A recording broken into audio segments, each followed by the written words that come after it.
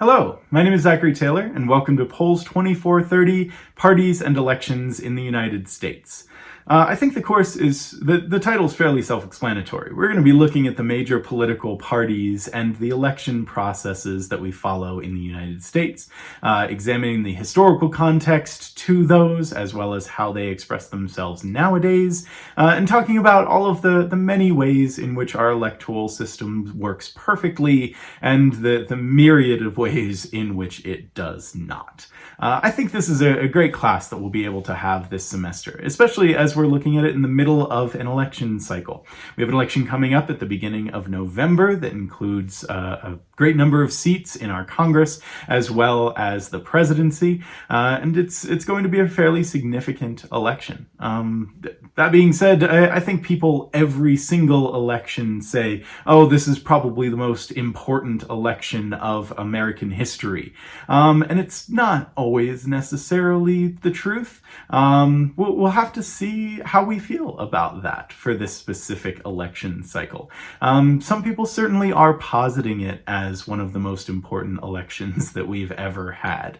We're seeing a great number of challenges that the United States faces. We're in the middle of a global pandemic. We're in the middle of an economic downturn after an economic boom cycle. And we're also, in the middle of one of the most contentious and politically polarized elections between two major parties that have truly swung to the opposite ends of the political spectrum as far as the beliefs that they're ensconcing. And so we're going to look at all of that. I think that will be a really great basis for a class in which we can examine our electoral system and the way that the political parties interact in that system. To kick things off, let's talk about the fact that this class is going to be fully online. I know some of you may have been looking to do classes on campus this semester. That is not entirely possible as we are in the midst of a global pandemic. And so some of you, may have signed up for this class when it was scheduled to be on campus, and it has now moved online. As we are moving into the semester, we're looking at a phased plan of return to campus for the entire university. So I think the consistency that we'll have with this class being online the entire semester will allow us to really focus on the material and not worry about whether we're meeting in person or online in any particular given week on reflection of what is happening with the pandemic spread. That being said, this may be the first time that some of you are taking an online class. It may also be, your 5th or your 20th online class. So you may be very comfortable with this format. But I want to talk a little bit about what it means to be online so that we can all start on the same page with moving into this semester. Online classes, I think, provide some benefits that we don't necessarily get to see all the time in an in-person class. Instead of attending class at, a specific time throughout the week and coming in and, listening to me talk about a subject, we're really going to be engaging in a lot of conversation and a lot of discussion on this subject matter. And that allows us, I think, to delve in a little bit deeper than some other methods may allow. We'll really be able to engage with this material, one-on-one and in a group setting to talk about what it is that we see happening and pull that apart, dissect the information that we see and really get to the heart of why our politics are the way that they are. In addition, this class is designed to be asynchronous, which means that there is no specific time throughout the week that you need to be logged into class. The assignments will all be accessible for, a number of days each week. The writing assignments, well in advance what we'll be looking for, and we'll have a lot of time to be able to engage with the material throughout the week and throughout the semester. That being said, that does mean you may need to take a little bit of a different approach to this class than you've necessarily taken to classes in the past. Oftentimes, students will find that it's harder to stick to a schedule when there is no schedule. You don't, have to be here at 1:10 on Monday afternoon. You can log in whenever throughout the week works best for you. I think think this is nice because it means that you can work around your schedule and the other things that are competing for your attention in life. And I openly acknowledge that this class is not the only thing that you'll be doing right now. And part of the course design is geared towards that. That also means, though, that you have some responsibility in making sure that you do get to the course each week. It's not always the easiest thing when you don't have that schedule to remember that you need to log into the course and jump into the discussion. It may benefit you if you want to go ahead and schedule time. This is a personal preference. If it works for you to schedule time at a specific point in the week for you to log in, I have suggestions for where you can do that. If it doesn't work for you, if you're not a scheduler, then great. Just make sure that you're getting into the course material and that you're engaging with it in that way. Something else that I've also heard from students about online classes compared to in-person classes is that sometimes it can feel like you're teaching yourself the material. And obviously, I hope that is not true. It is my job to be here and to guide this educational experience so that we can really delve into this material. But at the same time, I understand where that feeling may come from.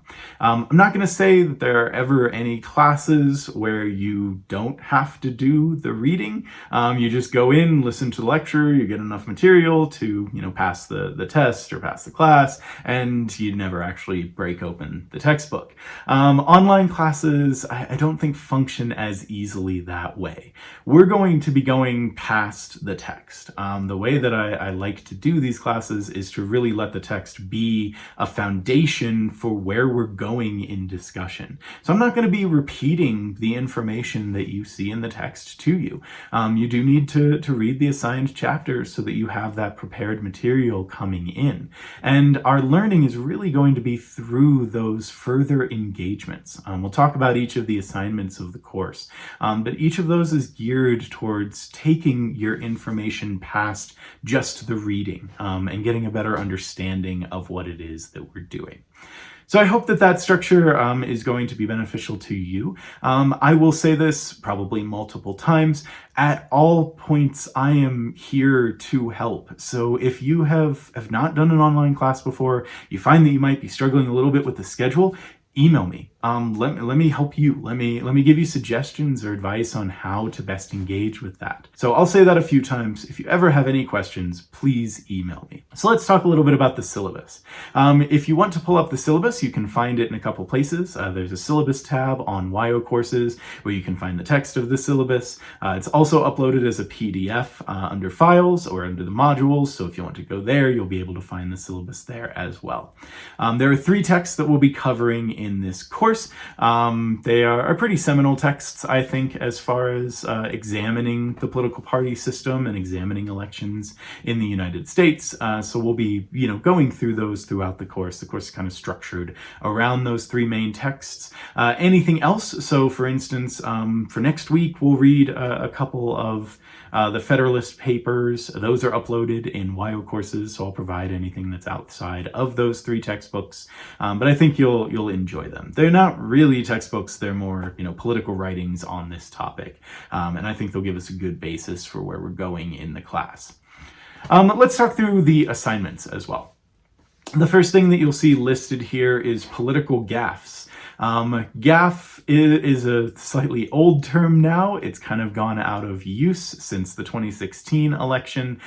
We can talk about why that is, but it's because, a gaffe was typically something that a politician did that was, embarrassing, or a slip of the tongue. They said the wrong thing. You may imagine why, since the 2016 election, that happens so frequently that we don't really need to have a term for it anymore. But we're gonna have a section in this class called political gaffes. Each week there will be, an opening for political gaffes. That can be kind of anything. Does a candidate do something absurd word out on the campaign trail? Do you see something, does somebody publish an article that's really interesting and raises a good question about the things that we're talking about in class? Or does some question come up that may not have necessarily come up before? That's something that you think is interesting. I would like some of these political gaffes to end up being topics of our discussion in the class. So I may pull from these political gaffes if you pull up, something that's really interesting and that the class would benefit from discussing. I may pull from these political gaffes to form our discussion each week. But you'll notice there are open sections for these political gaffes for you to submit them every week. You are welcome to submit them every week if you find interesting things that happen. I will ask that you submit at least 6 of these throughout the semester to count towards your final grade. So you'll see that in the system. That's kind of how it's set up to work. Next, we have our weekly discussions. So every week we will be posting a discussion topic that we can delve a bit more into. This first week, I'll give you the discussion questions at the end of the video. But this first week we'll be introducing ourselves, getting to know each other a little bit better before we jump into this political discussion. But we'll have hopefully an interesting topic each week that we can talk about based on the readings and based on what's going on in the world around us. Speaking of what's going on in the world around us, starting in week 2, you will be doing election journals leading all the way up to the election in the beginning of November. So you can see details on this. The first election journal will be selecting a seat. There are several hundred that you can choose from. I don't want anyone in the class following the presidential election because we're all going to be following the presidential election. But select a seat out of Congress that you would like to follow, and you'll be examining what happens in that run every week, and journaling what happens. What are the candidates doing? What kind of events are taking place? Are there any debates? What are the polls saying as far as who's anticipated to win? And tracking that in live time throughout the semester will give us all the ability to see what's happening really on the ground level. Oftentimes, when we talk about these kind of major election cycles, we boil it down to just the run for the presidency. And that is not always the most accurate representation of the real politics that are happening in our country. So hopefully these election journals will let you delve into that and get a better feel for, one specific race and what is happening at that level. I will encourage you as you start to think about which candidate you'd like to follow for your first election journal. Think about a race where you do have 2 people running. I'll say that it is very, very boring to follow an uncontested seat. So just something to think about as you start looking ahead to that. And finally, we will have a final research project for the course. This will be your opportunity to delve more in depth into some aspect of political parties and the electoral cycle, some aspect of that you really want to delve into and do further research on. You can base this off of your election journals. So as you're writing, think about things that come up that you may want to delve further into, or it may be a topic that you feel would have fit well into this course and we didn't quite get to jump into. Either of those can function well for your final research project. The project will include both a research paper where you write out and do research on your specific topic and write that out, and then also our final week of class before finals. We won't have a final exam in this course, but our final week of class will consist of having a large group discussion where you post a video presentation of what you have discovered. So essentially taking your research, putting it to a video project. Doesn't have to be anything fancy. If you want to go over the top, feel free, but it doesn't have to be anything fancy. Just talk us through what it is that you researched, why it was interesting, what you found to be the results of looking more deeply into one of these topics. And I think that'll give us a good wrap up for the course. So that's a nice overview of the assignments that we'll be doing for the course. And let's go ahead and jump into our first discussion. So for a discussion, I'll ask you to post in response to the things that I propose in the discussion topic, and then also respond to your fellow students. And that needs to be a substantial response. So saying, I agree with you is nice, but not quite enough. Tell us why you agree with them. Turn this into a conversation. Make this something that we really delve into the material and really discuss it in an in-depth way. This first week, though, let's introduce ourselves. First of all, tell us your name. My name is Zachary Taylor, so there you go. And then also tell us where you're from. I'm originally from Pennsylvania. I'm currently in Laramie, pretty much isolating in my apartment, because we're all going through this global pandemic, which is just fantastic. Tell us where you're from. Also tell us what you're studying. My major in undergrad was political science. Makes sense. I also studied with the honors program, international studies as a minor, and religious studies. And then my graduate degree is in public administration. So I'm a trained public administrator by trade.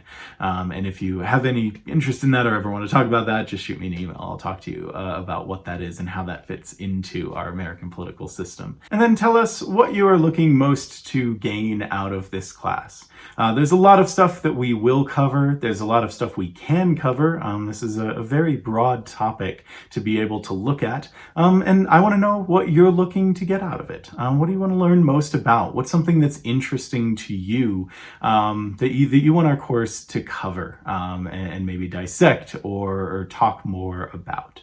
We'll do that for our first introduction. Go ahead and jump into the discussion below. And we'll see you again in a little bit. Have a great day.